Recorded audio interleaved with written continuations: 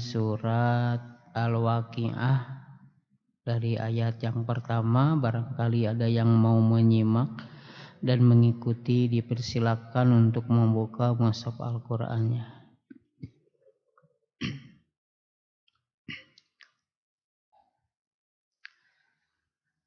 A'udzu billahi minasy syaithanir rajim.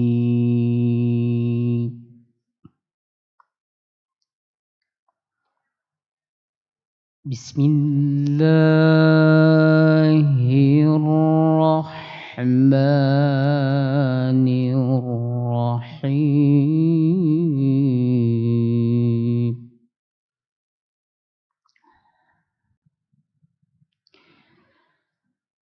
Idza waqa'atil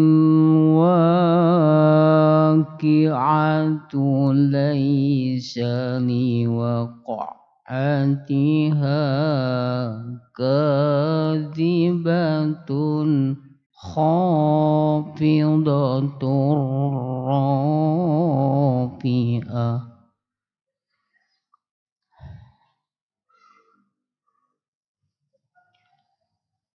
Idza rujjatil ardu rajjan wa bussatil jibalu bassan fakanat haba'an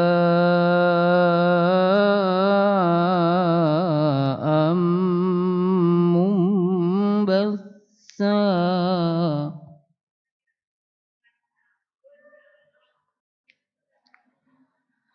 Fakanat haba'an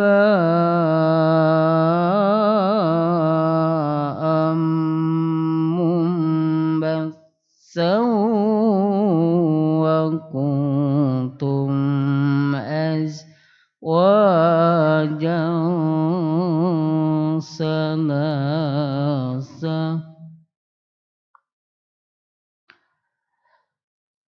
Fa'ashabul maimanati ma ashabul maimanah wa ashabul mash'amati ma ashabul mash'amah.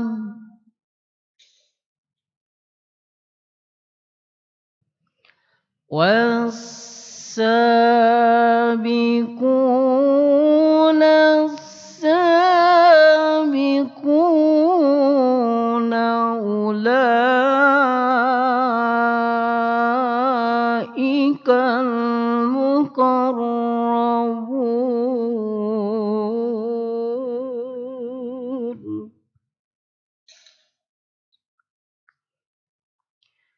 fi jannatin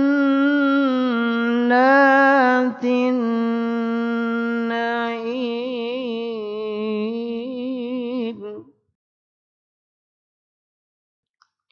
Sullatum minal awwalin wa qalilum minal akhirin.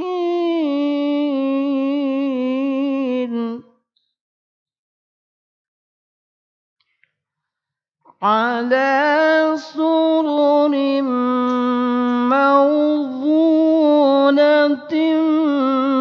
muttaki'ina 'alaiha mutaqabilin.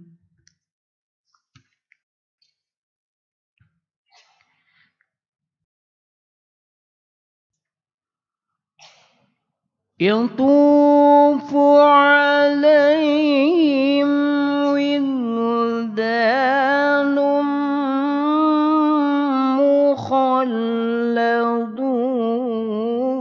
مخلدون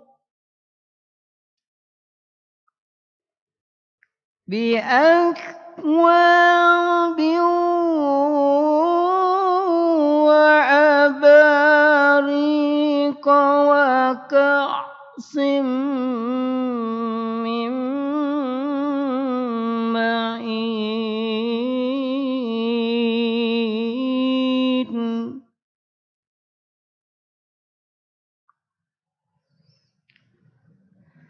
لا يصدعون عنها ولا ينزفون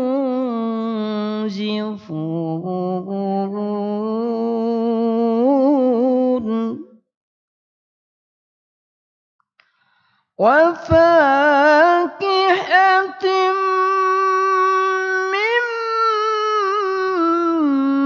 مما يتخيرون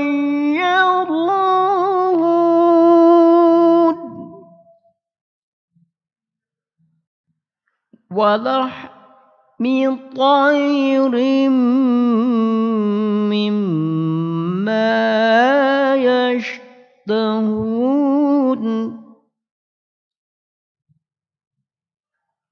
وحور عين كأمثال اللؤلؤ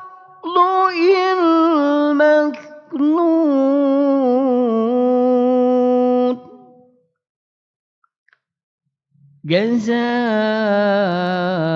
جزاء بما كانوا يعملون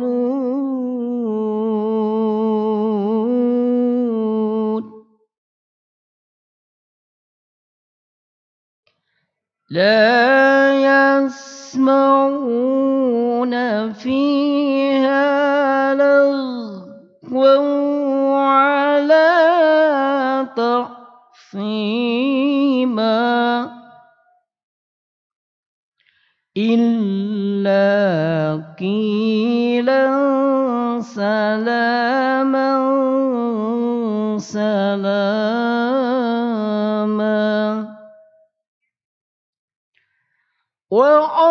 وأصحاب اليمين ما أصحاب اليمين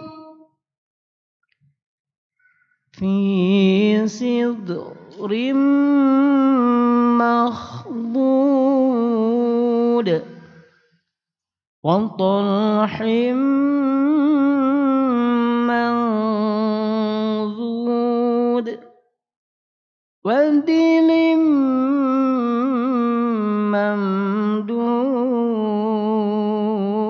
ممدود وماء مسكوب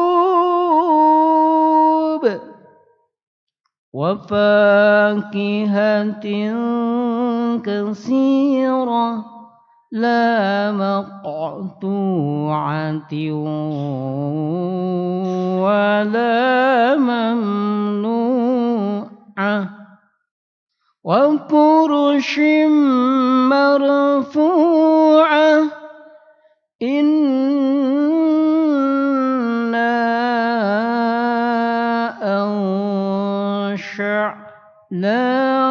أنشأناهن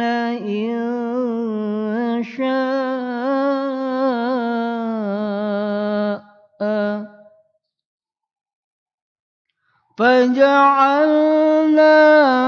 فجعلناهن أبكارا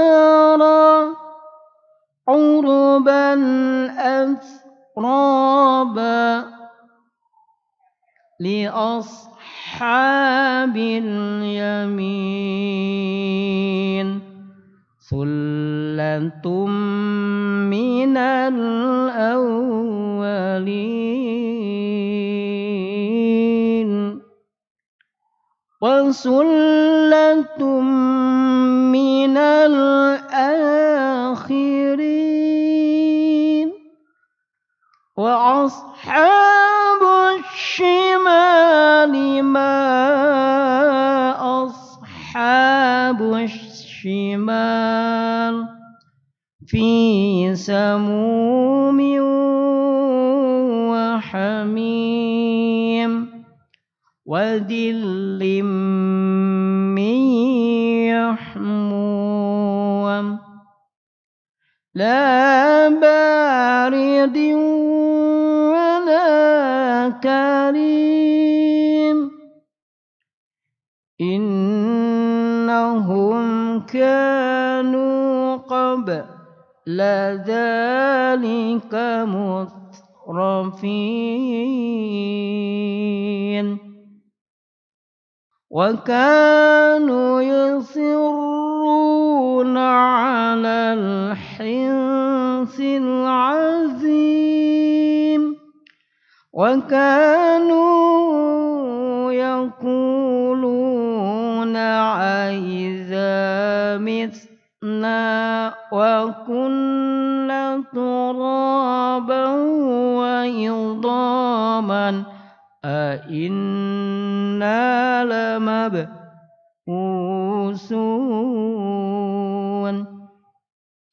أو آباؤنا الأولون قل إن الأولين والآخرين لمجموعون إلى ميقات يوم معلوم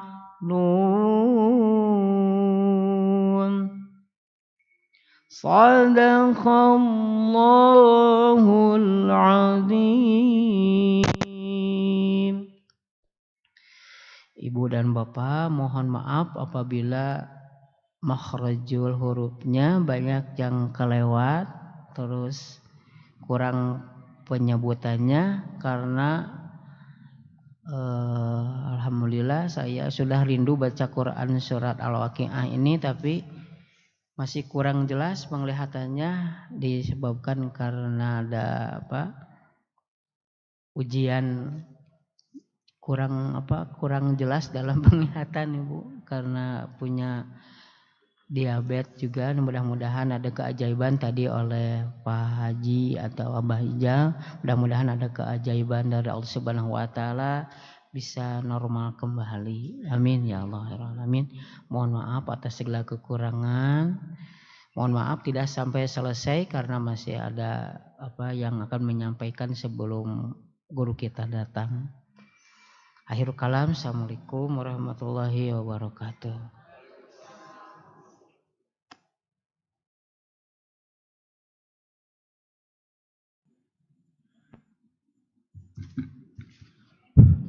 Terima kasih Ustaz Hikmat. Kita harus sekali ya Bu ya. Kita doakan terus. Semoga Ustaz Hikmat diberikan kekuatan, kesabaran dalam berobat. Dan mudah-mudahan sehat kembali seperti sedia kala ya. Masih muda sebetulnya ya, tapi kan tidak, kalau sakit atau azal itu tidak kena usia ya. Makanya dijaga gitu. Alhamdulillah yang diberikan kesehatan harus bersyukur, dimanfaatkan dalam kebaikan kepada Allah Subhanahu wa taala ya. Kita masih menanti, mangga silakan Ibu, mungkin masih di perjalanan. Alhamdulillah hari ini tidak hujan dan alhamdulillah banyak juga yang datang. Mudah-mudahan langkah Ibu dari tempat masing-masing sampai berkumpulnya ke sini, setiap langkahnya dicatat sebagai ibadah dan langkah yang lainnya sebagai penghapus dosa. Amin ya rabbal alamin. Alhamdulillah pengajian yang rutin dilakukan oleh Masjid Al-Murabi yang digawangi oleh MAM selalu berjalan setiap hari Senin. Padahal masih ada juga setiap malam juga ya. Alhamdulillah itu tuh tokoh-tokohnya ya, mamnya yang selalu hadir ya setiap Selasa. Selasa depan siapa Bu? Ustadz Rahmat Baikuni ya, udah dikenal semua insya Allah ya. Datang kembali ke sini untuk mengisi. Sebelum kita menunggu kedatangan Ustadz Pak Atian Alidai, seperti biasa kita doakan Bu ya. Yang pada hari ini Allah berikan cobaan berupa sakit, tadi udah Ustadz Hikmat.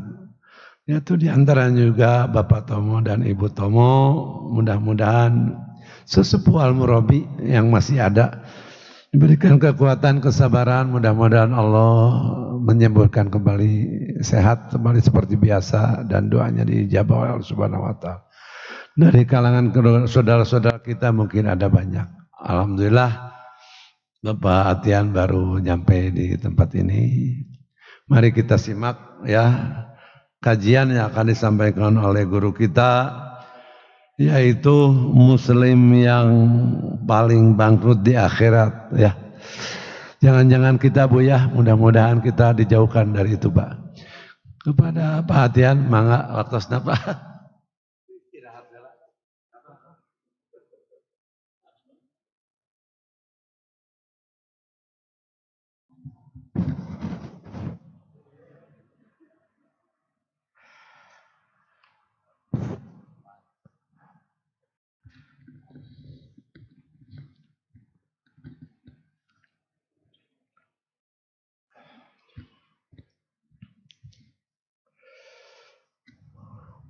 Bismillahirrahmanirrahim. Assalamualaikum warahmatullahi wabarakatuh.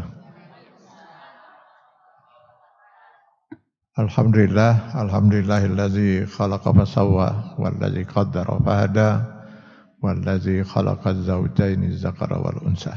Asyhadu an la ilaha illallah wahdahu la syarikalah wa asyhadu anna Muhammadan abduhu wa rasuluh. Allahumma shalli wa sallim ala rasulina al-karim Muhammad sallallahu alaihi wasallam wa ala alihi wa ashabihi wa man tabi'ahu bi ihsanin ila yaumiddin, amma ba'du. Bapak-bapak dan ibu-ibu jemaah Masjid Al-Murabbi rahimakumullah.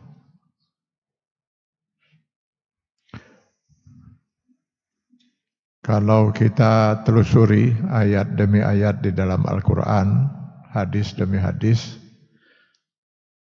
tentang kehidupan di yaumil akhir nanti, nampak sekali betapa masih sangat panjang perjalanan hidup kita itu ya. Ini setelah nanti kita meninggalkan alam dunia yang fana ini, kita akan melanjutkan perjalanan hidup di alam barzah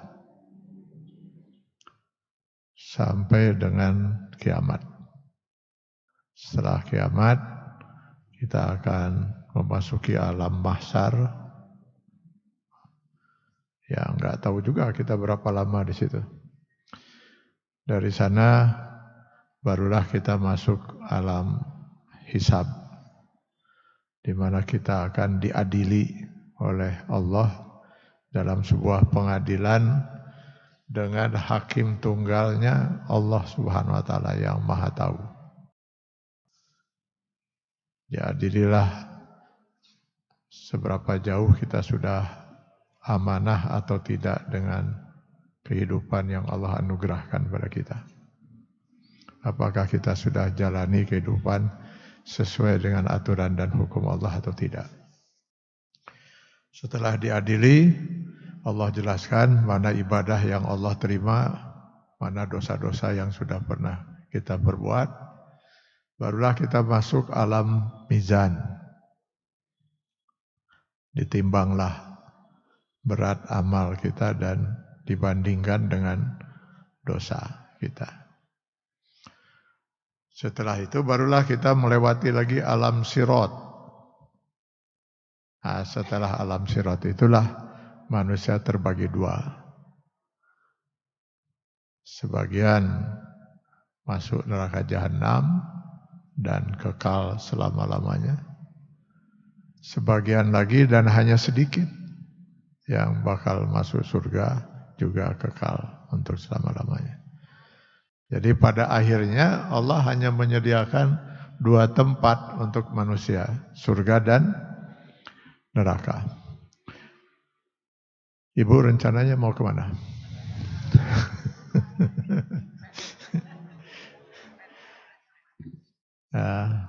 Asapiraku kudu ditaruh sendiri. Pasti jawabannya itu ya. Pasti surga. Sebab kalau neraka jangankan harus merasakan azab Allah yang tidak bisa terbayangkan, apalagi harus dirasakan, nauzubillah. Nah, pertanyaan yang mungkin akan muncul atau saya munculkan gitu sekarang, kalau Bapak Ibu mengizinkan saya bertanya, andai kata besok kita meninggal dunia, jangan besok lah. Can beres ya nyawalan misalnya itu. Andai kata besok-besok kita meninggal dunia. Atau jangan kita lah, andai kata orang lain. Tapi jadi terpuguh dari contohnya orang lain ya. Andai kata kita, andai kata besok kita meninggal dunia. Kira-kira masuk surga enggak?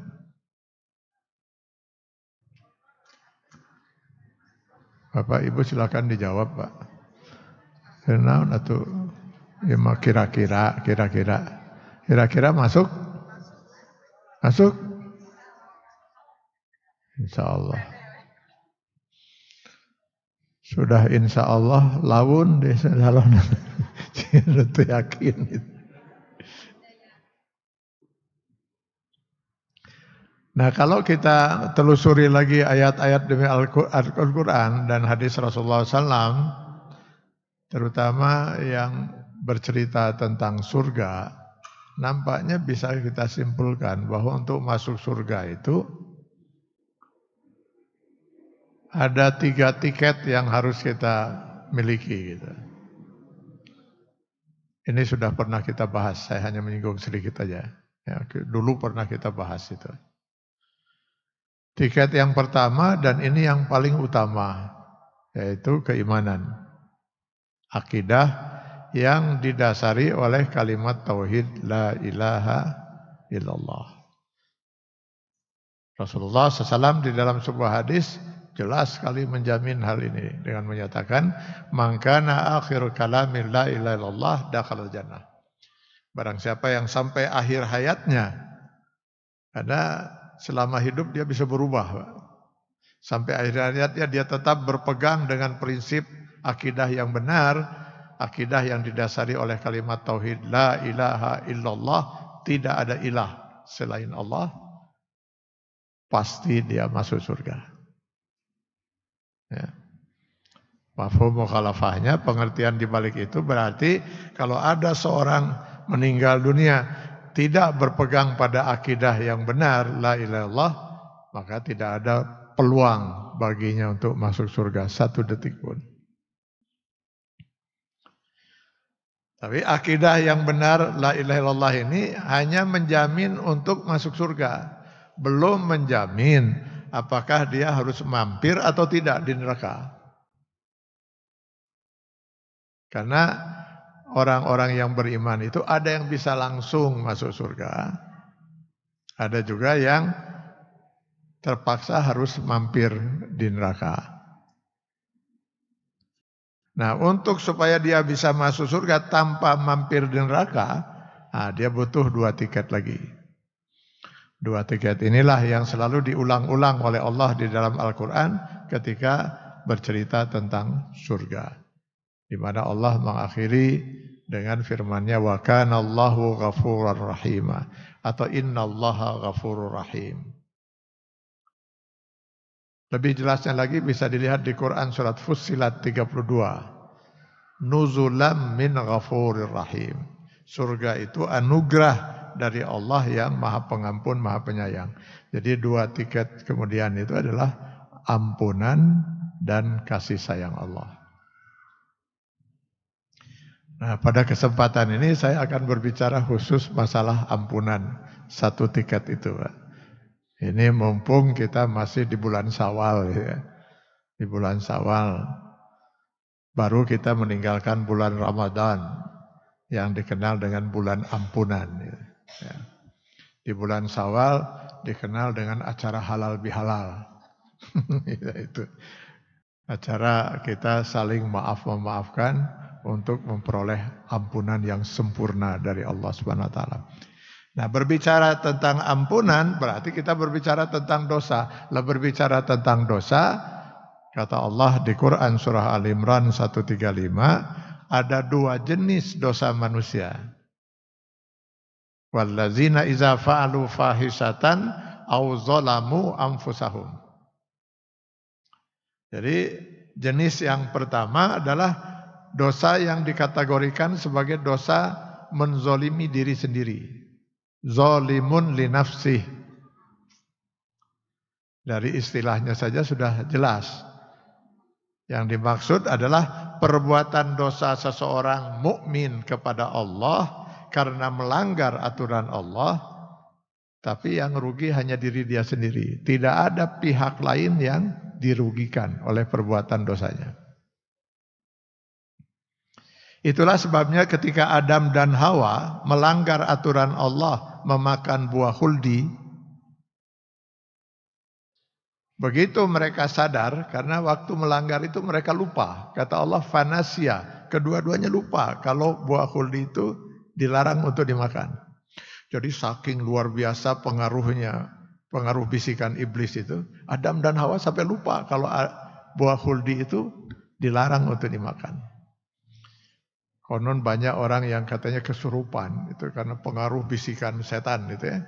Sehingga jiwanya sudah berubah gitu kan, pikirannya sudah ngawur gitu kan.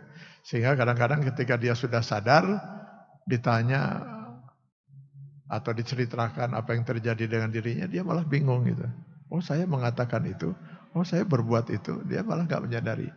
Jadi kuatnya jiwa ketika sudah ada dalam kendali setan, bisikan setan, iblis, bukan dikendalikan oleh setan.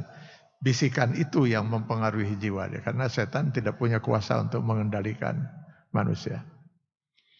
Begitu mereka berdua sadar, Adam dan Hawa, lalu langsung mereka memohon ampun pada Allah dalam doa mereka, Rabbana zolamna anfusana. Al-A'raf ayat 23. Ya Allah, kami berdua telah menzolimi diri kami. Nah, ini masuk dalam kategori menzolimi diri sendiri. Kenapa? Tidak ada pihak yang dirugikan. Lagi pula waktu itu memang belum ada pihak lain. Mereka baru berdua. Keturunan Adam belum lahir. Dan Islam tidak mengenal istilah dosa waris. Yang makan buah khuldi siapa? Adam dan Hawa. Saya boro-boro memakannya. Tahu juga buah khuldi itu seperti apa? Enggak. Makanya tolong Bapak Ibu jangan menanyakan pada saya buah khuldi itu bentuknya seperti apa, rasanya bagaimana. Enggak tahu saya. Cuman pernah saya di Mekah nanya ke tukang buah. Dia bilang ada buah khuldi.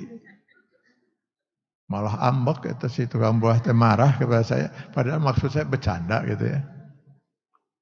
Jadi bagaimana mungkin saya harus memikul dosa dari sebuah perbuatan yang tidak pernah saya lakukan. Prinsip ini sudah sangat tegas dalam Islam itu. An la taziru waziratan wizra ukhra. Seseorang kata Allah tidak akan pernah dituntut untuk memikul dosa orang lain. Jadi termasuklah dosa menzalimi diri sendiri itu misalnya seorang muslim dengan sengaja meninggalkan kewajiban sholat, kewajiban saum, kewajiban berhaji. Siapa yang harus memikul dosanya? Ya dia. Masa sekarang tetangga kita tidak sholat lalu kita harus memikul dosa? Kita jadi berdosa kalau kita tidak mengingatkan. Berarti kita melalaikan kewajiban amar ma'ruf nahil munkar.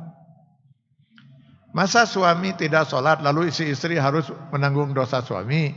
Istri tidak sholat, suami harus menanggung dosa istri? Ya tidaklah, kecuali si suami berdosa kalau tidak mengingatkan, istri berdosa kalau tidak mengingatkan. Nah kalau sudah diingatkan masih tetap tidak sholat, itu urusan dia. Nah proses tobat untuk dosa jenis yang pertama ini relatif mudah.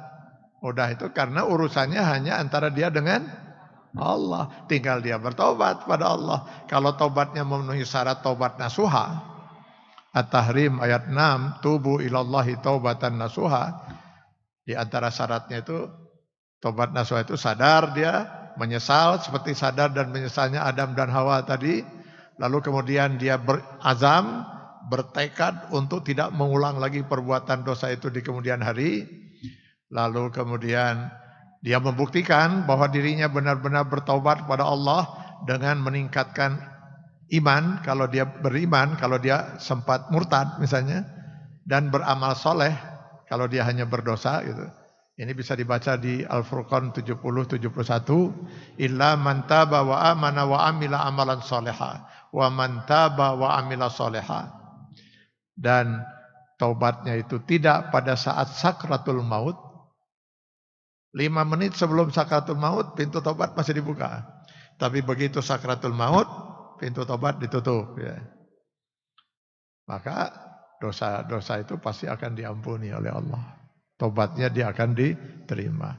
Dan jika ibadah saum Ramadan kita pada waktu kemarin ini diterima oleh Allah Subhanahu wa taala, maka sesuai dengan janji Allah lewat sabda Rasulnya, man shoma ramadhana imanan wa ihtisaban ghufira lahu ma taqaddama min dzambi. Sepakat semua ulama, dosa menzolimi diri sendiri hapus. Jadi kalau ada seorang misalnya sekian tahun tidak sholat, melalaikan kewajiban sholat, lalu Ramadan kemarin dia saum dan saumnya diterima, dosa sekian tahun tidak sholat hapus itu. Ya. Yang berat sebenarnya, yang berat itu dosa jenis kedua. Yang berat proses untuk tobatnya itu. Yaitu yang disebut dengan dosa fahisyah. Apa yang dimaksud dosa fahisyah itu? Perbuatan dosa seorang muslim kepada Allah karena melanggar aturan Allah, yang rugi bukan hanya diri dia saja, tetapi ada pihak lain yang juga dirugikan oleh perbuatan dosa dia. Jadi zalimun li nafsih wa zalimun li ghairih. Dia menzalimi dirinya dengan melakukan perbuatan dosa itu sekaligus menzalimi orang lain. Sayangnya jenis dosa terbanyak itu justru yang ini. Contohnya apa? Mencuri misalnya ya. Seorang mencuri, menzalimi diri sendiri tidak? Jelas. Karena dia berdosa, melanggar aturan Allah. Allah mengharamkan orang mencuri. Ada enggak pihak lain yang dirugikan? Ada. Orang yang hartanya dia curi. Jadi menzalimi diri sendiri dan menzalimi orang lain. Contoh lain, banyak sekali. Mencuri, merampok, korupsi, menipu, membunuh, berzina, menggunjing, memfitnah. Ini semua masuk kategori dosa fahisyah. Untuk proses taubatnya lebih berat. Kenapa? Nambah satu syarat lagi selain syarat-syarat yang tadi itu. Syarat ini malah yang harus pertama dia lakukan, yaitu menyelesaikan dengan pihak yang dia zalimi. Meminta maaf. Kalau memang ada hak orang lain yang dizalimi dia kembalikan, pokoknya harus selesai sampai dia dimaafkan, baru dia bisa bertaubat pada Allah. Jadi tidak bisa dalam prinsip Islam seseorang misalnya menzalimi orang lain. Pagi hari dia menyakiti perasaan tetangganya, atau perasaan suaminya, atau perasaan istrinya, atau perasaan orang tuanya gitu kan. Lalu dia tidak minta maaf. Cuman malam-malam dia tengah malam bangun lalu dia tahajud sambil menangis dia berdoa, ya Allah ampunilah dosa saya, tadi pagi saya baru menzalimi seseorang. Kira-kira kalau saya bahasakan Allah akan mengatakan, selesaikan urusan kamu dengan orang yang kamu zalimi. Kalau sudah selesai, silakan kalau mau bertobat. Dengan dia meminta maaf dan dimaafkan, belum tentu juga tobat dia kepada Allah diterima.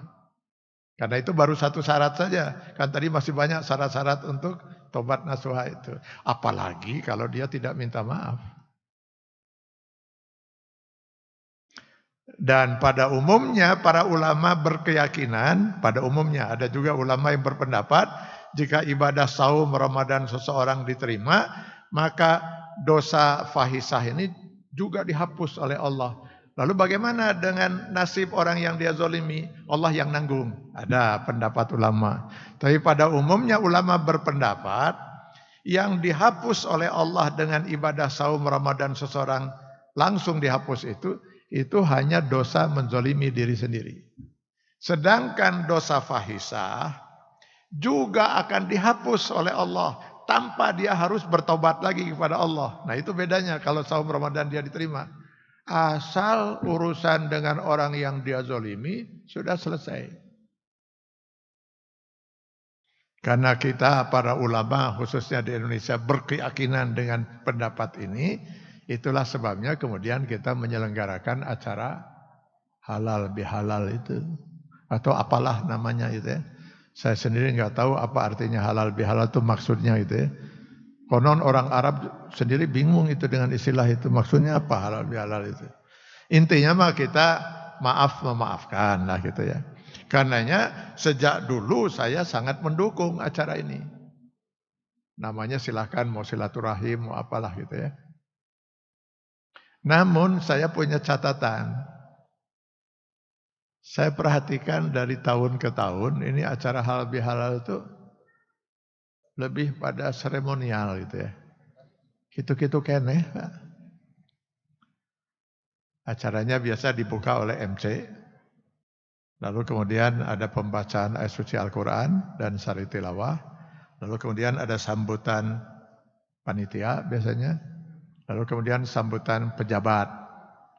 RW misalnya kan, atau lurah, camat, atau wali kota, dan sebagainya. Atau kalau pimpinan perusahaan. Lalu kemudian biasanya kalau ada ceramah. Selesai itu tutup saja oleh doa. Gitu. Nah, selesai ditutup oleh doa, unsur pimpinan biasanya berdiri di depan. Yang lain mulailah antri untuk salaman. Minal aidin wal faizin. Mohon maaf lahir batin 00. Iya, siap 00 00 00. Ada gitu kan. Nah, selesai salaman biasanya diakhiri dengan lontong kari gitu. Lontong kari. Itu sudah rumus halal bihalal. Itu lontong kari, Pak. Kalaupun ada perubahan, mungkin ada tambahan, tapi lontong kari itu fardu kifayah lah gitu ya. Karena dekat karena wajib itu lontong kari itu ciri halal bihalal itu. Nah, kalau seandainya memang di antara yang bersalaman itu tidak ada dosa fahisah, ya selesai. Bagus, berarti itu ajang kita untuk silaturahim. Sehingga tidak saling mengucapkan mohon maaf lahir batin dan sebagainya, gak ada masalah. Tidak lontong kari, tidak naon. Ya, kalau memang tidak ada dosa fahisah. Tapi kalau memang ada dosa fahisah di antara yang bersalaman, tentu tidak bisa selesai hanya dengan begitu. Setahu saya ini ya, yang saya fahami dalam Islam. Dalam urusan hablum minan nas, itu harus selalu dengan akad yang jelas. Dengan ijab kabul yang jelas. Saya ambil contoh, misalnya, saya bermaksud mau menjual HP saya. Ada yang berminat untuk membeli? Cik atau Bu berminat pula. Nah, yang berminat pasti akan bertanya, merek apa? Saya jelaskan mereknya. Tipe apa? Tipe kondisinya bagaimana? Ya baguslah. Pernah rusak? Tidak pernah. Saya harus jelaskan semua dan jujur. Nggak pernah rusak, cuman pernah murag itu 2 kali gitu, 2 kali pernah jatuh gitu. Terus mau dijual berapa? Ya sakitu. Wah, terlalu mahal. Masa HP butut gitu bener mahal-mahal tuh. Ya berani berapa? Ya paling sakitu. Ya terlalu murah lah tentu ingin. Jadi beraninya berapa tuh yang jelas ini? Sekian lah. Oke kalau gitu. Terjadi. Jadi harus jelas dulu kondisi si HP itu. Sehingga kedua belah pihak itu betul-betul saling ikhlas. Yang membeli maupun yang menjual. Utang piutang harus jelas. Tolong saya mau minjam uang. Berapa? Sekian. Mau dibayar kapan? Ya setelah 6 bulan. Dicicil atau nanti langsung pada waktu 6 bulan. Ya insya Allah dicicil setiap bulan. Hadirkan 2 orang saksi kata Al-Quran. Catat. Kan itu? Itu harus jelas. Akad misalnya akad nikah harus jelas ijab kabulnya itu. Misalnya wali mengatakan saya nikahkan saudara kepada siapa? Terserah saudara. Nggak bisa. Nggak bisa. Harus jelas kepada siapa dinikahkan. Kepada siapa misalnya? Fatimah misalnya. Nanti dulu Fatimah itu kan banyak. Fatimah yang mana? Fatimah putri kandung saya. Jelaskan Fatimah putri kandung saya. Masalahnya saya ini wali hakim. Fatimah bukan putri kandung saya. Lalu Fatimah itu siapa bapaknya? Harus masa nggak punya bapak? Ada. Siapa bapaknya? Pak Hasan. Jelaskan. Saya nikahkan saudara kepada Fatimah putri kandung Pak Hasan. Lalu mas kawinnya apa mau disebut? Sebut. Mangga sebut. Dengan mas kawin 50 miliar. Gimana ini dibayar kontan atau dicicil? Kontan di mana 50 miliar? Dengan mas kawin 50 miliar, uang muka 5 juta rupiah, sisanya dicicil selama 40 tahun. Tinggal sekarang calon mempelai pria, terima atau tidak? Berapa tadi? 50 miliar. Nggak jadi saya nikah. Berat itu. Oh dicicil 40 tahun. Oke, kalau begitu terima saya menikah kepada Fatimah putri kandung Pak Hasan dengan mas kawin 50 miliar, uang muka 5 juta rupiah, sisanya dicicil selama 40 tahun. Baru terjadi akad itu. Nah kalau jual beli utang piutang, akad nikah harus dengan ijab kabul yang jelas. Masa maaf memaafkan yang merupakan salah satu dari 3 tiket untuk masuk surga, masa bisa tanpa ijab kabul yang jelas?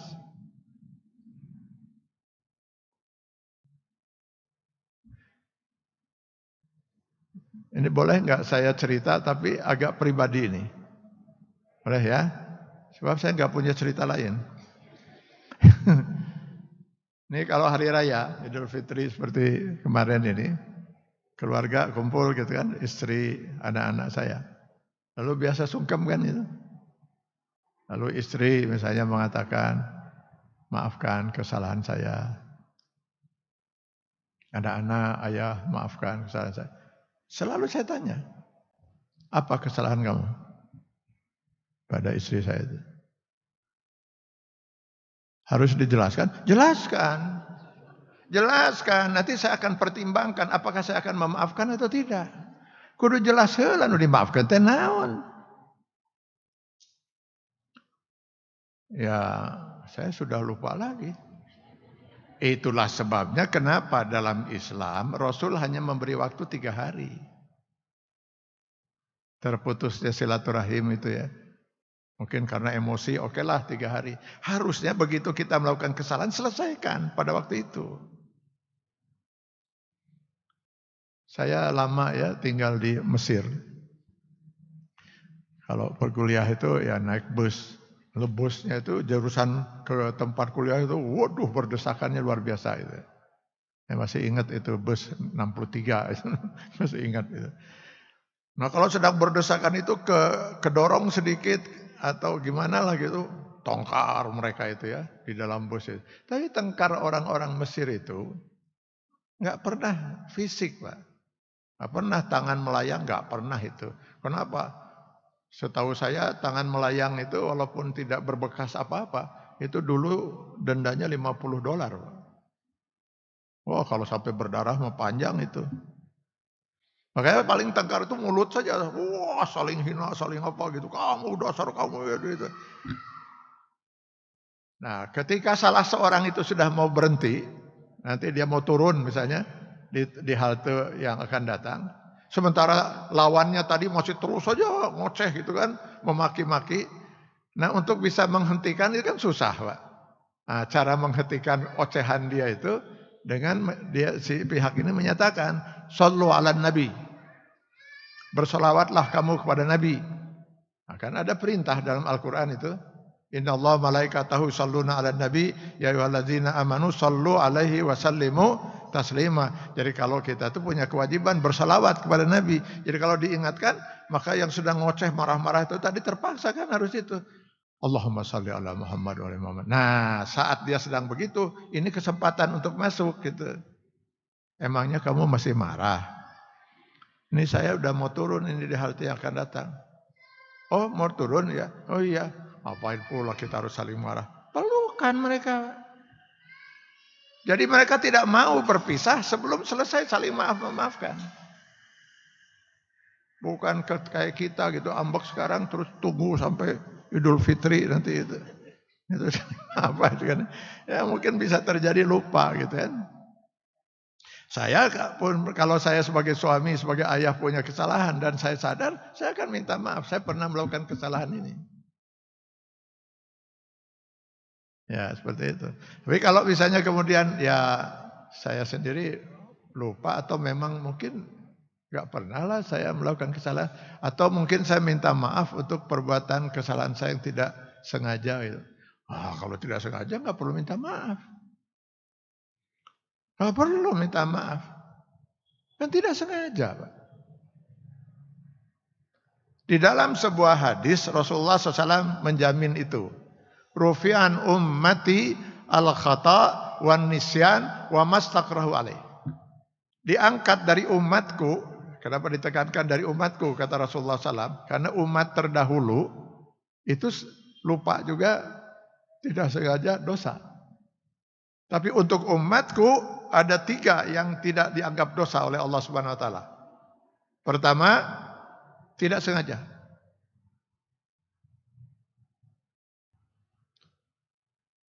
Jadi saya sering kalau mengisi acara halal bihalal itu, lalu sebelumnya ada unsur pimpinan tadi memberi sambutan. Lalu dalam sambutannya mengatakan, saudara-saudara, akhirnya atas nama pribadi dan keluarga izinkan saya menghaturkan minal aidin wal faizin taqabbalallahu minna minkum.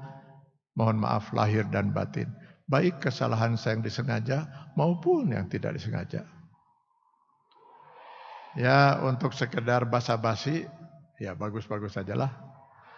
Tapi kalau secara hukum tidak perlu minta maaf kalau untuk perbuatan yang tidak disengaja. Bukan dosa itu. Apalagi ada yang menambahkan begini, baik kesalahan saya yang disengaja maupun yang tidak disengaja. Baik yang terasa maupun yang tidak terasa.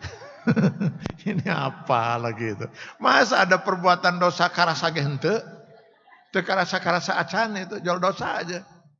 Yang namanya dosa itu dalam Islam sengaja dia melakukan, sengaja dia menyakiti perasaan orang. Dia merasakan itu, terasa, dia sadar itu. Baru dosa itu. Saya ambil contoh gini. Katakanlah ada seorang istri mengatakan pada suaminya, Kang, asal Akang tahu, setelah Nabi Yusuf alaihissalam, tidak ada laki-laki segagah Akang. Setelah Nabi Yusuf, Akanglah laki-laki yang tergagah di dunia ini.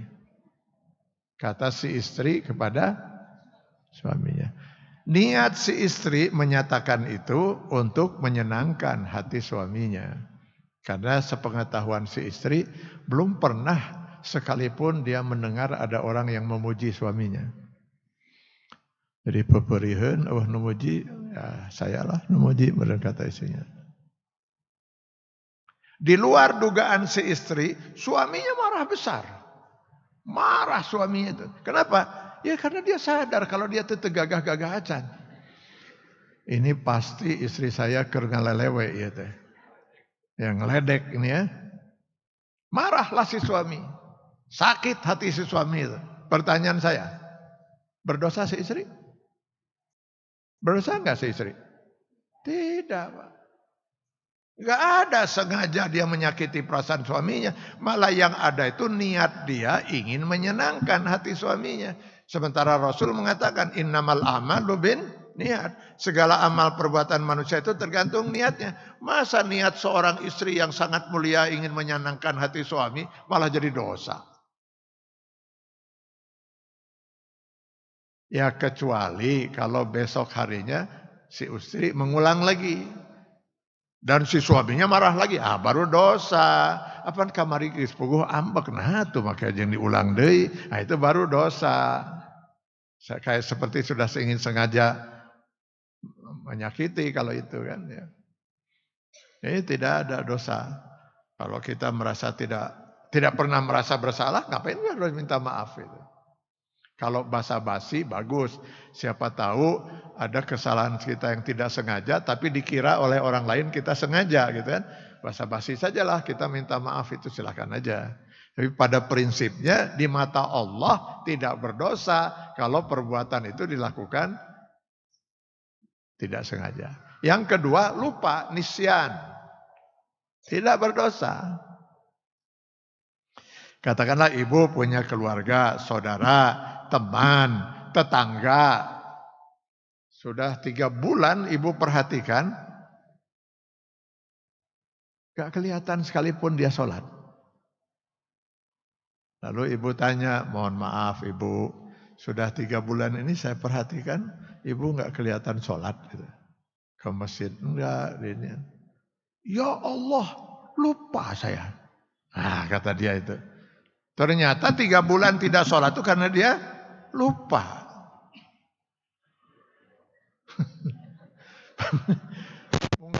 mungkin aja kan. Pertanyaannya sekarang, berdosa enggak dia? Tidak. Aman dia. Malah yang mungkin sekali berdosa itu kita. Kita berdosa meninggalkan kewajiban untuk mengingatkan. Makanya kalau kita lihat nanti ada tetangga, teman, saudara tidak sholat, segera ingatkan. Bisi dia lupa. Kalau dia bilang saya enggak lupa, lagi malas saja, terserahlah. Paling tidak kita udah ingatkan itu. Sepakat ya? Memang hadis itu.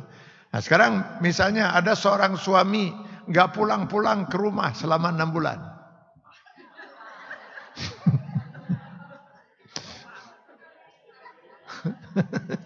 Begitu pulang ditanya oleh istrinya, kemana saja Kang selama 6 bulan? Hilang, bejana. Lalu si suami, ya Allah ibu, lupa saya.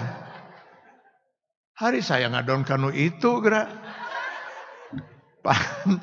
Pantas saya coba rasa-rasa asa beda suasana itu selama 6 bulan. Lupa saya bu. Ini kalau ini terpaksa pertanyaan ini saya ajukan ke ibu-ibu ini. Ini suami yang seperti ini berdosa tidak?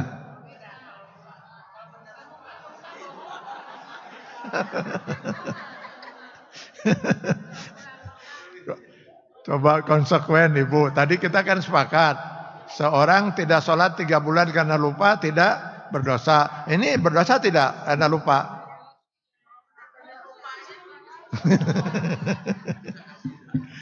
Tidak berdosa ya.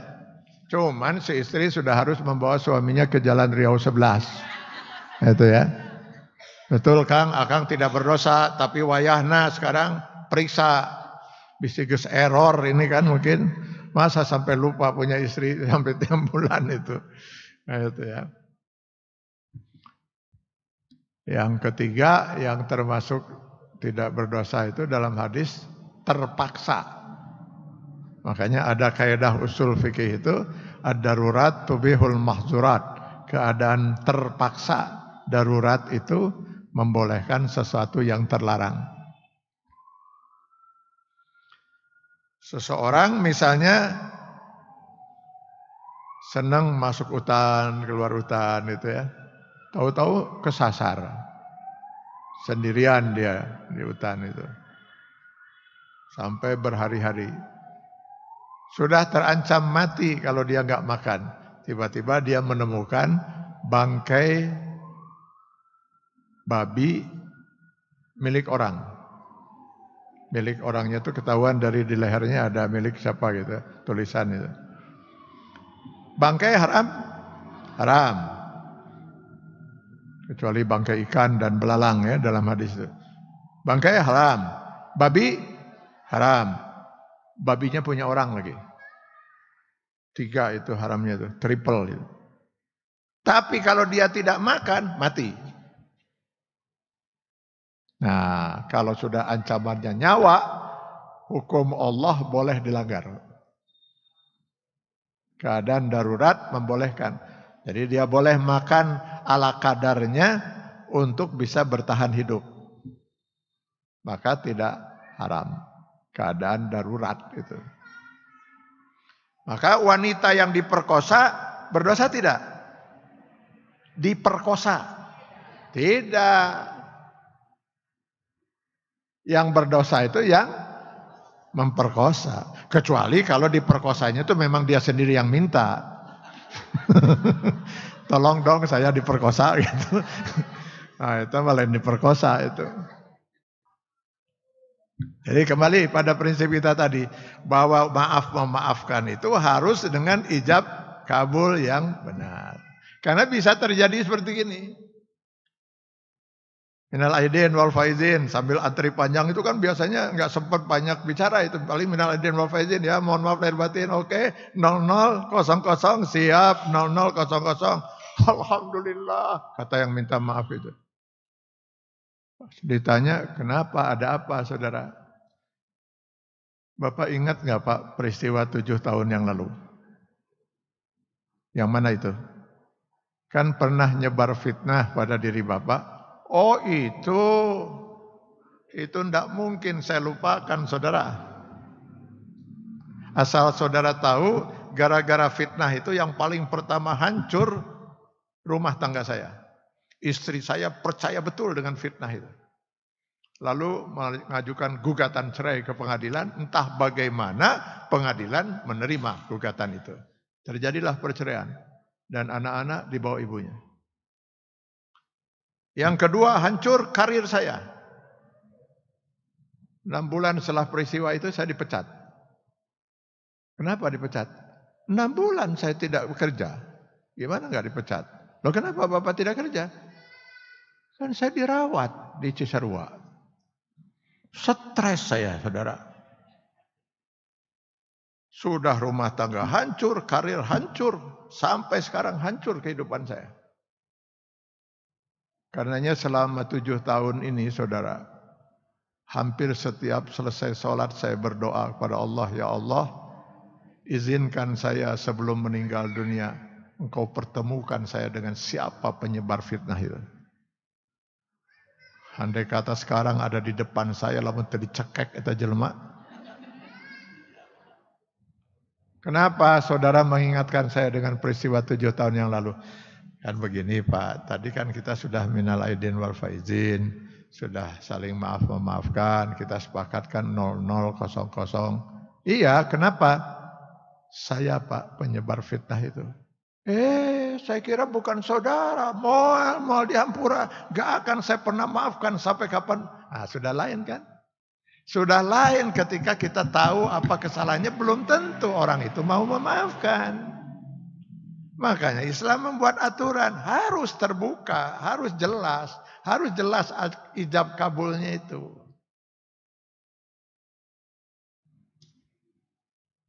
Ya kunaon jadi ngaharulang kieu. Alah makaning Atau kita rubah sajalah tema kita siang hari ini, judulnya ngahuleng. Ya, karena selama ini saya melihat ya kita ini kadang-kadang menurut saya ini, mudah-mudahan saya salah gitu ya. Kadang-kadang dakwah kita ini menghindari unsur menakut-nakuti. Saya tidak bermaksud menakut-nakuti, Pak. Saya sendiri sudah takut. Tapi ini harus sampai, Pak. Daripada kita nanti menyesal di akhirat, mending kita pahit-pahitan di dunia. Qulil haq walau kana murran. Sampaikan kebenaran itu walaupun pahit rasanya. Demi kita supaya bisa selamat kan. Seperti kita minum obat, pahit-pahit kita minum karena kita ingin sehat. Lalu pertanyaannya, kenapa Allah membuat aturan seperti ini? Jadi kalau Bapak Ibu baca dalam Maqasidus Syariah, apa tujuan Allah menurunkan aturan dan hukum? Ketemu itu. Tujuannya tuh Allah tuh ingin mendidik, Pak. Bukan ingin menghukum. Allah tidak ingin orang itu melanggar aturan, melanggar hukum.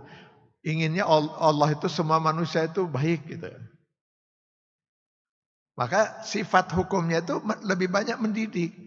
Andai kata aturan Allah ini betul-betul diresapi, diyakini oleh setiap orang muslim, siapa orang yang berani menzolimi orang lain? Saya yakin di negeri yang katanya mayoritas penduduknya muslim, 90% atau 88% ini, betapa amannya hidup kita, Pak. Siapa orang lain berani berbuat zalim pada orang lain? Kenapa? Suatu saat dia harus mengaku. Enak sekali orang menyebarkan fitnah, apalagi sekarang di media sosial. Dalam waktu hitungan menit sudah bisa menyebar kemana-mana itu kan. Yang difitnah sudah hancur segala-galanya, dia tidur nyenyak. Lalu kemudian nanti saat ketemu dengan yang bersangkutan, minal aidin wal faizin, mohon maaf lahir batin, selesai. Dia harus mengaku, Pak. Maka orang akan berpikir 1000 kali untuk berani menzalimi orang lain.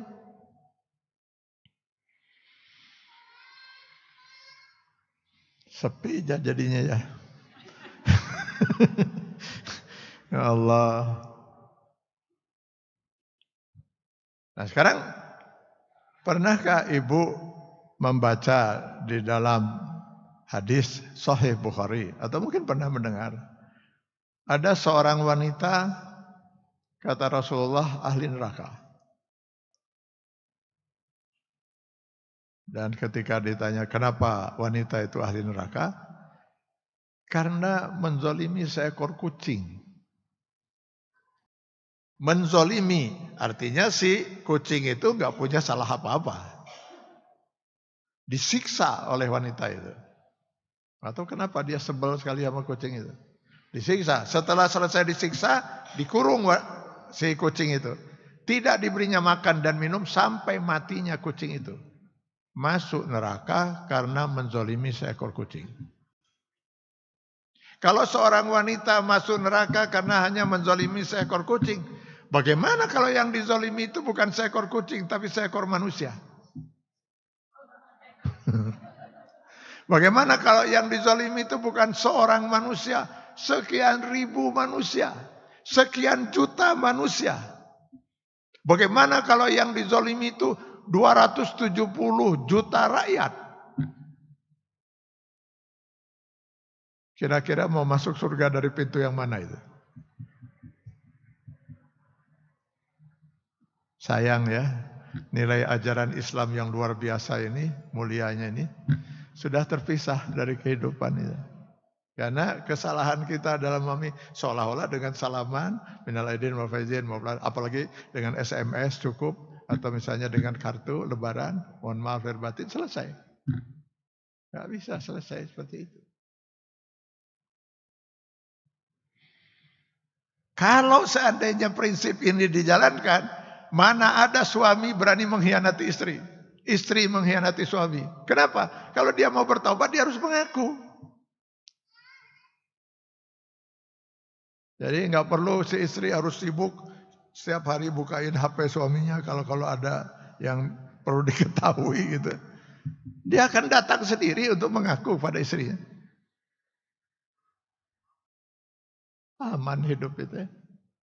Nggak akan ada korupsi di negeri ini. Siapa berani korupsi, Pak? Kalau dia korupsi di Jawa Barat, artinya dia punya urusan dengan kurang lebih 10 juta rakyat di Jawa Barat. Kalau di tingkat nasional berarti dia punya urusan harus meminta maaf pada 270 juta rakyat. Mana itu?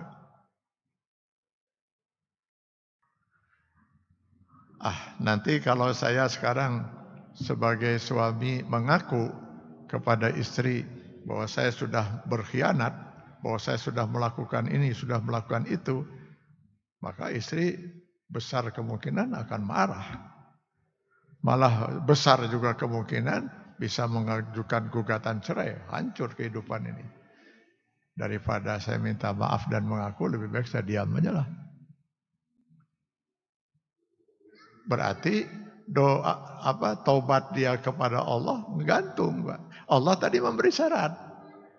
Kalau kamu ingin bertobat, selesaikan dulu. Tidak diselesaikan, ya berarti ngegantung. Allah belum mau mengampuni.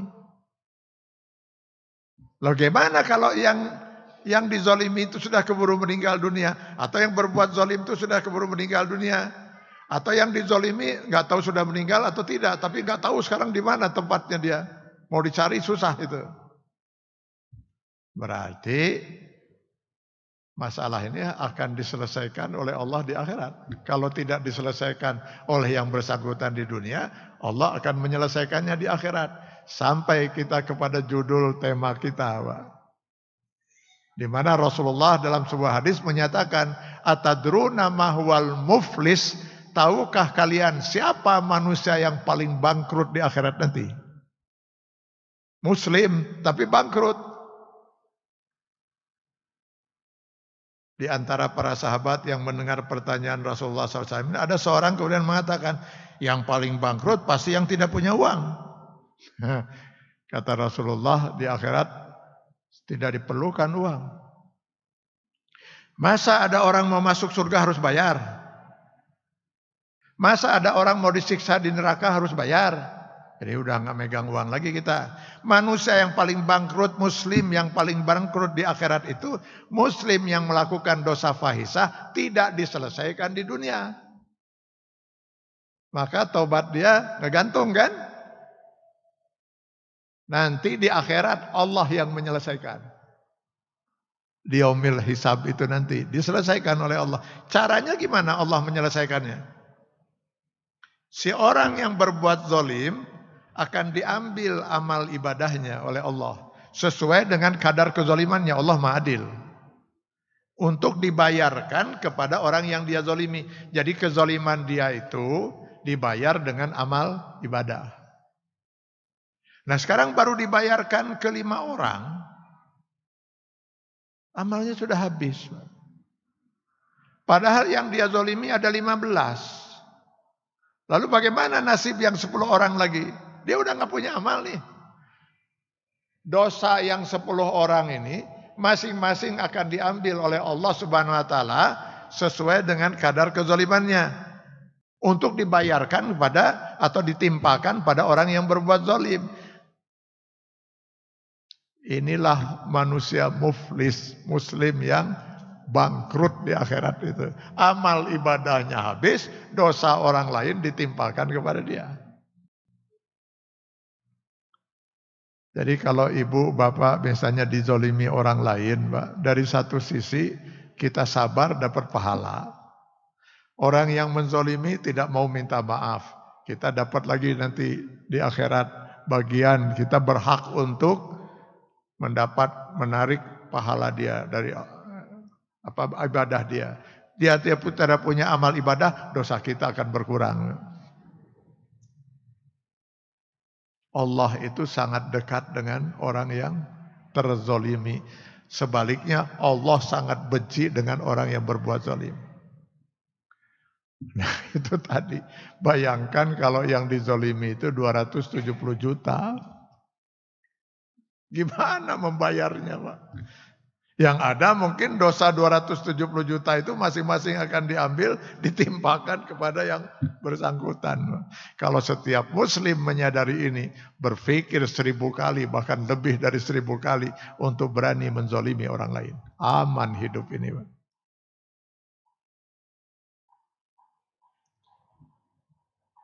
Bayangkan sekarang Bapak Ibu sekalian, kalau yang dizolimi itu justru orang yang seharusnya paling dia cintai setelah Allah dan Rasulnya. Siapa? Orang tua. Wah, ini jauh lebih berat lagi. Berat ini. Kenapa? Karena orang tua itu punya kedudukan yang sangat istimewa di mata Allah. Sampai ketika Allah perintahkan kita untuk beribadah kepada Allah, ada disandarkan juga dengan berbakti pada kedua orang tua. Wa'budullaha wa la tusyriku bihi syai'a wa bil walidaini ihsana. Seolah-olah beribadah pada Allah dan berbakti pada kedua orang tua dua hal yang tidak bisa dipisahkan. Lalu dipertegas lagi oleh Rasul dalam hadis. Ridallah fi ridal walidain. Ridanya Allah tergantung pada ridha kedua orang tua. Sebaliknya murka Allah juga tergantung pada murka kedua orang tua. Sekali orang tua murka kepada anak, dan itu benar menurut Allah, harus syaratnya itu ya, benar menurut Allah, wajar si orang tua itu murka. Jangan harap anak itu akan pernah mendapat ridha Allah Subhanahu wa taala. Berat ini.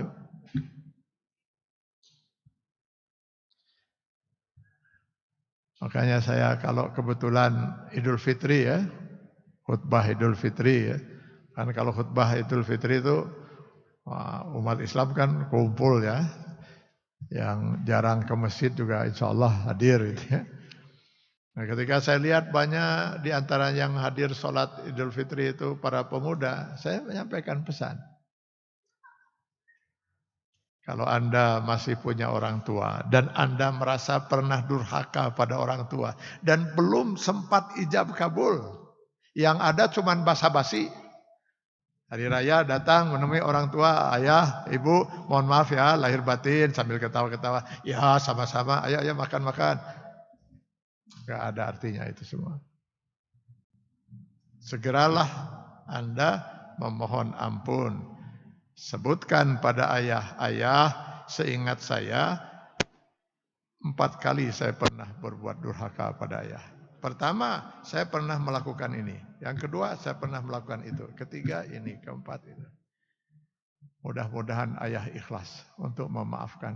Izinkan saya meminta maaf ayah.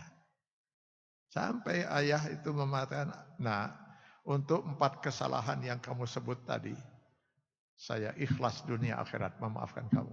Allahu Akbar. Aman kita sudah. Tinggal kita bertaubat pada Allah SWT. Ibu, seingat saya ada 5 kali suara saya lebih tinggi dari ibu. Bahkan setengah membentak ibu. Dan saya yakin ibu pasti sakit hati. Cuman ibu diam. Tolong ibu bebaskan saya dunia akhirat. Sampai si ibu itu mengatakan, nak, benar saya luar biasa sakit hati. Bahkan sempat terfikir saya tidak akan pernah memaafkanmu. Jadi karena kamu sekarang meminta maaf, saya rela dan ikhlas memaafkan kesalahanmu dunia akhirat. Baru kita bisa bertaubat pada Allah. Sebelum Allah menakdirkan lain, katakanlah orang tua keburu meninggal dunia, lalu kita mau apa? Datang ke kuburan. Ngapain di kuburan? Menangis kita di depan kuburan orang tua kita, menjerit-jerit kita di hadapan kuburan orang tua kita. Minta maaf ayah, ibu, apa gunanya? Orang tua kita nggak ada di kuburan itu, yang ada itu jasad kasarnya. Orang tua kita di mana? Di alam barzah. Dan kita tidak akan pernah mendengar apakah orang tua kita ikhlas untuk memaafkan atau tidak. Lalu kalau itu sudah kadung terjadi, orang tua sudah keburu meninggal dunia, dan saya baru sadar sekarang ini, apa yang harus diperbuat? Pertanyaan itu pernah diajukan oleh seseorang kepada Rasulullah SAW.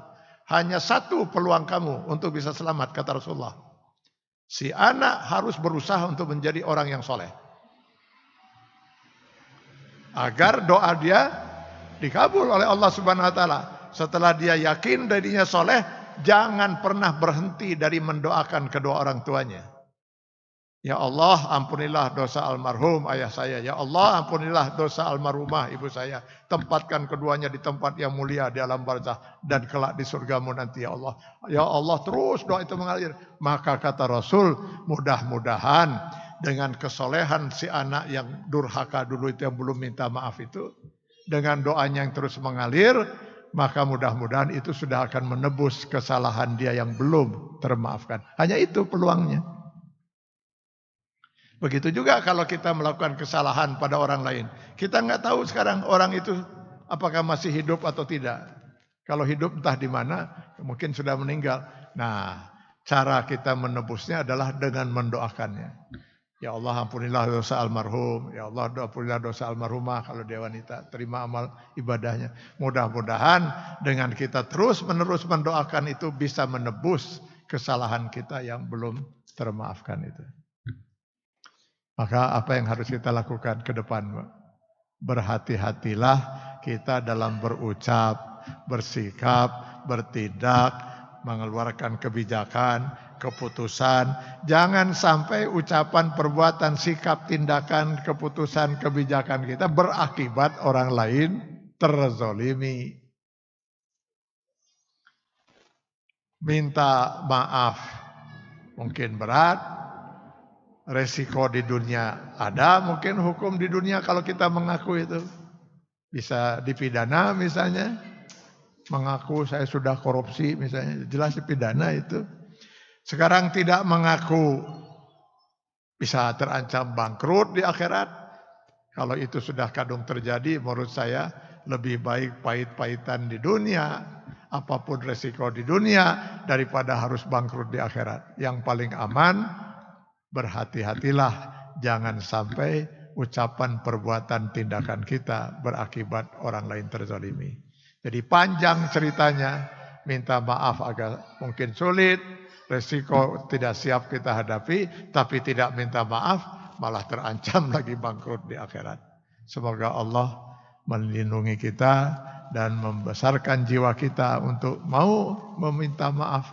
Dan bagi yang dizolimi, andai kata orang itu sudah minta maaf dan sadar menyesal, jangan sampai tidak dimaafkan. Sebab salah satu syarat orang yang bertakwa itu adalah siap untuk memaafkan orang yang betul-betul sadar dan meminta maaf. Billahi taufiq wal hidayah. Wassalamualaikum warahmatullahi wabarakatuh. Mungkin ada yang mau ditanyakan, silakan. Kan kepada orang yang kita sakiti itu, bahwa kita betul-betul sadar, menyesal dan sebagainya. Allah saja yang maha pengampun, itu meminta syarat kan kepada kita, tobat nasuha itu.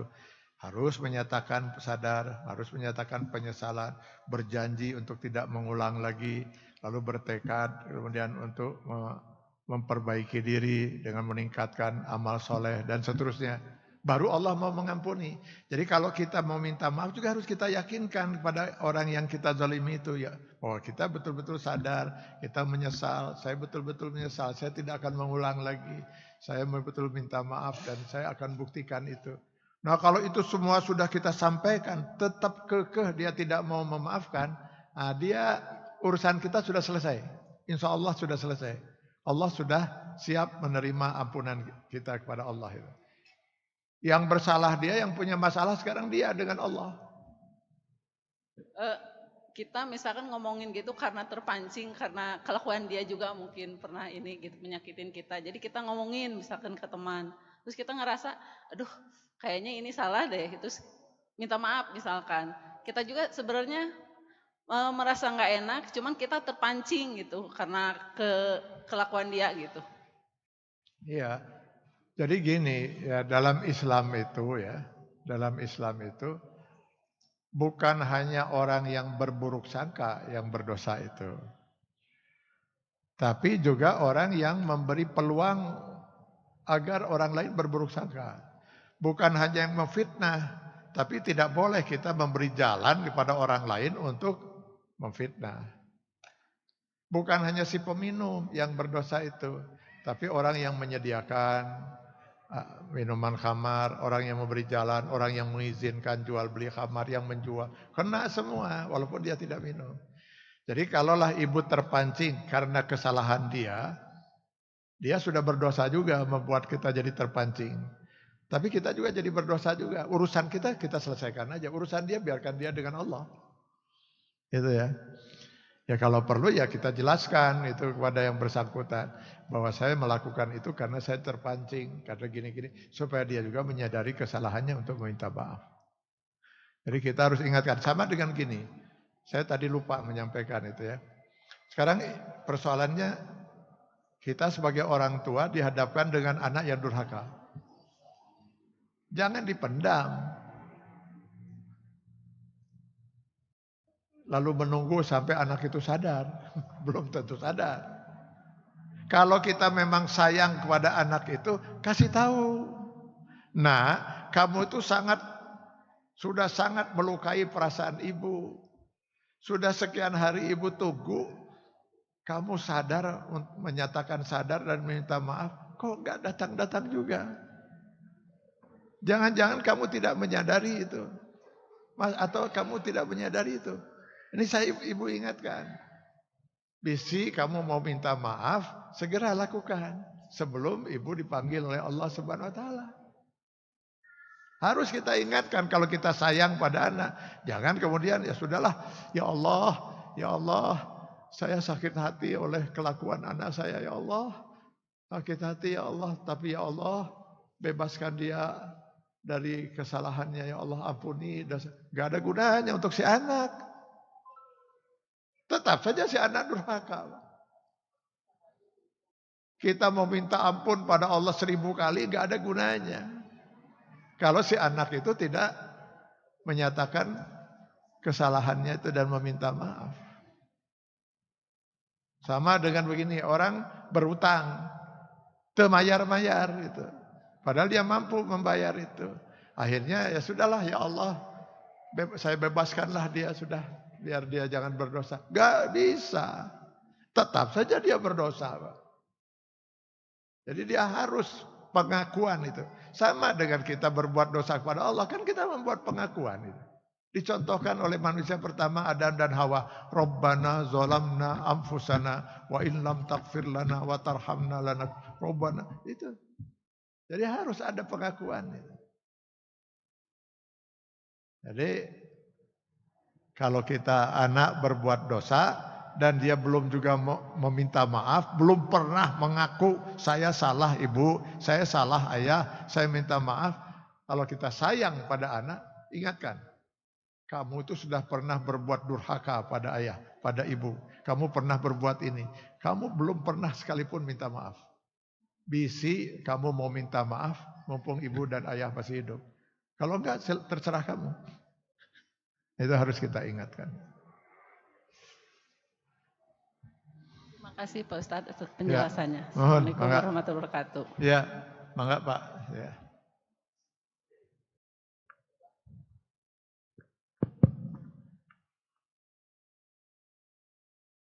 Assalamualaikum warahmatullahi wabarakatuh. Waalaikumsalam warahmatullahi wabarakatuh.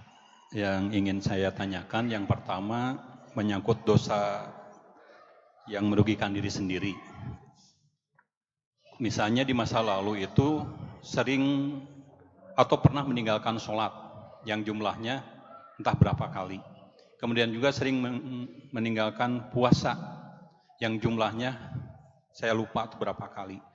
Cara mentaubatinya seperti apa atau bagaimana. Yang kedua, dosa yang berkaitan juga dengan orang lain. Misalnya dulu waktu masih bekerja atau di sebuah kantor pemerintahan, kita sering bersama dengan teman kerja yang beda jenis kelamin. Sering bersama dalam sebuah kegiatan, kemudian timbul rasa suka ngun Sunda nama, bogoh kayak gitu Pak.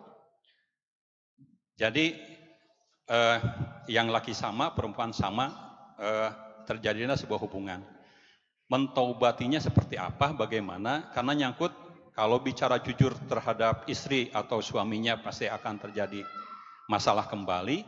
kemudian orang yang minta maaf juga akan bermasalah juga dengan keluarganya. Jadi menyikapinya seperti apa? Demikian, Pak.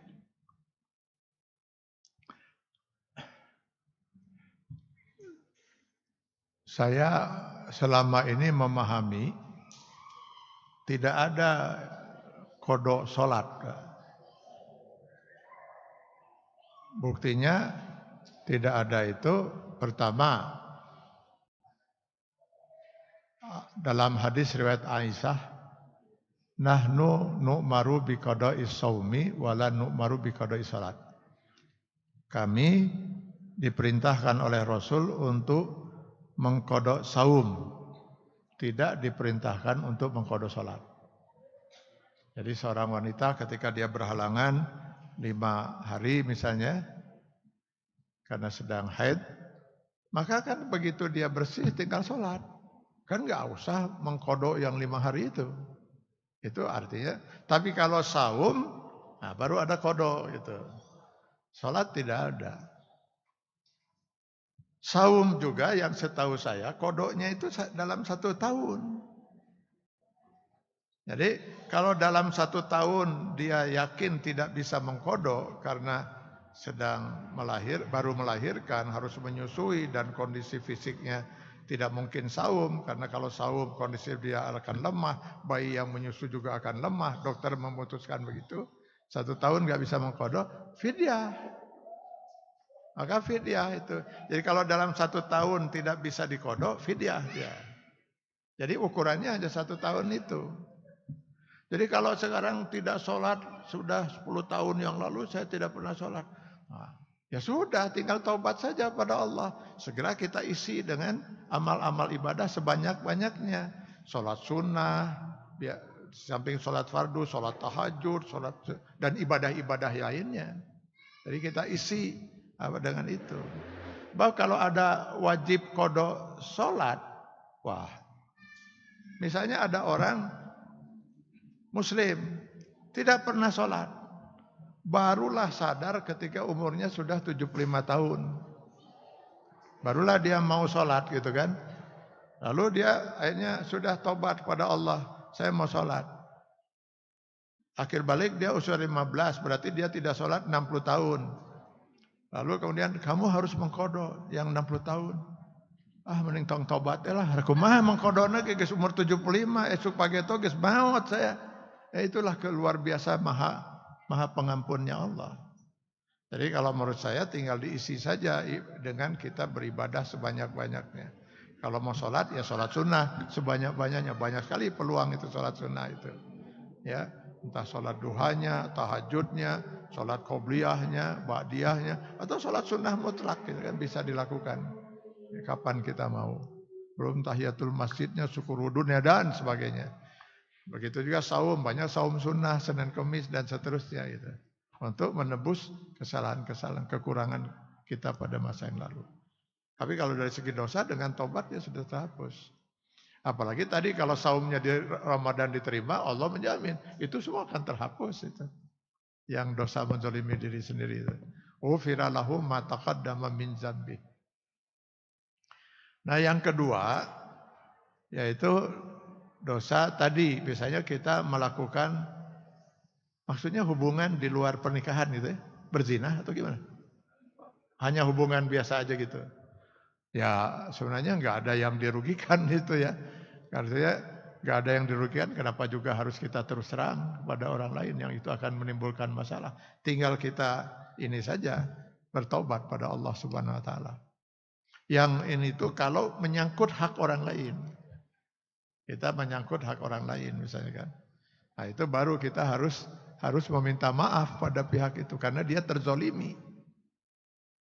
Ya. Kalau misalnya tidak terzolimi kan pihak itu tidak terzolimi kan itu ya. Nah itu tidak harus kita berterus terang. Tinggal kita bertobat pada Allah Subhanahu wa taala. Saya kira sekian dulu ya. Jadi nanti ngahulangnya silakan diteruskan di rumah itu ya. Tapi saya ingin memanfaatkan ini karena masih di bulan Syawal gitu ya. Saya ingin memanfaatkan untuk menyampaikan taqabbalallah minna wa minkum, siyamana wa siyawakum wa kullu am wa antum bi khair. Mohon maaf lahir batin. Nah, kalau saya pantas minta maaf. Kenapa? Setiap saya hadir di sini, saya terus yang bicara kan. Jadi kalau ada ucapan saya yang kurang berkenan, mohon maaf. Kalau ibu bapak gak usah minta maaf. Nah, kenapa harus minta maaf? Gak ada dosanya. Masa duduk gini aja berdosa kan? Ente? Jadi bapak ibu mah gak usah minta maaf. Saya aja yang minta maaf. Semoga Allah selalu membimbing kita di jalan yang diridhoinya. Rabbana atina fid dunya hasanah wa fil akhirati hasanah wa qina azabannar. Subhana rabbika rabbil izzati amma yasifun wa salamun alal mursalin walhamdulillahi rabbil alamin. Assalamualaikum warahmatullahi wabarakatuh. Waalaikumsalam warahmatullahi wabarakatuh. Terima kasih Bapak Atian yang telah menyampaikan banyak hal kepada kita sekalian. Dan tadi saya ungkap begitu banyak yang terenyuh begitu yang disampaikan oleh dia. Di antaranya satu, berpikir 1000 kali untuk berbuat zalim kepada orang lain.